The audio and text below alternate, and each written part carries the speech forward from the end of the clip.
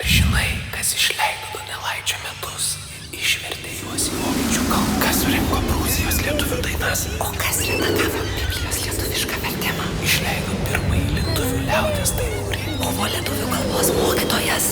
Rašė filosofinius darbus ir klausėsi Imanuelio Kanto paskaitų. Gynė lietuvių tapatybę. Buvo universiteto profesorius. Kunigas. Poetas. Vertėjas. Kultūros veikėjas. Kariuomenės kapelionas. Masonų europietis. Prūsų lietuvis.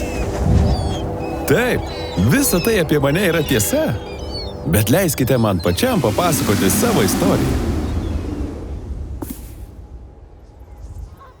Čia, kur dabar stoviu, netoli Juodkrantės esančiame Karvaičių kaime, prabėgo mano vaikystė. Per kaimą driekėsi ir senasis pašto kelias.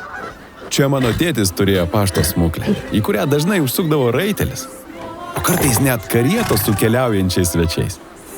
Aš labiausiai mėgau padėti tėčiui išnešioti laiškus.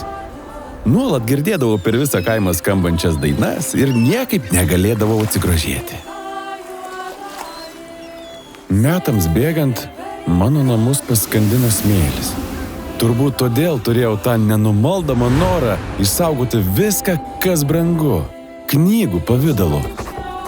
Kad lietuvių balsas pasaulyje skambėtų plačiau, iš gautų ir surinktų Donelaičio lietuviškų rankraščių suredagavau ir parengiau metus lietuvių kalba.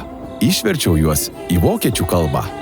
Gal ir pats nesitikėjau, kad tai taps lietuvių pasaulietinės kultūros pradžia. O tada, prisiminęs vaikystėje bažnytėlėje girdėtus pamokslus, parengiau 3., o vėliau ir 4. lietuviškos Biblijos leidimą. Kad ir kur gyvenimas mane nublokšdavo, ataidėdavo ir vaikystėje girdėtos dainos. Todėl tiesiog privalėjau jas visas surinkti. Draugai siuntė man laiškus su dainų tekstais, o aš juos visus dėjau į dainyną. Beje, ar jau minėjau, kad studijuojant Karaliaučiuje man teko klausytis net paties Imanuelio Kanto paskaitų? Įdomu, ar mokykloje jums pasakojo apie tokį garsų filosofą? O paskui aš ir pats tapau profesoriumi. Dar buvau dvasininku, poetu, lietuvių kalbos mokytoju.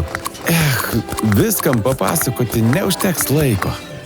Tiek visko nuveikiau, tiek tekstų išsaugojau, bet kažkodėl galvoje vis skamba ši melodija. O, sveiki, mėly lankytojai!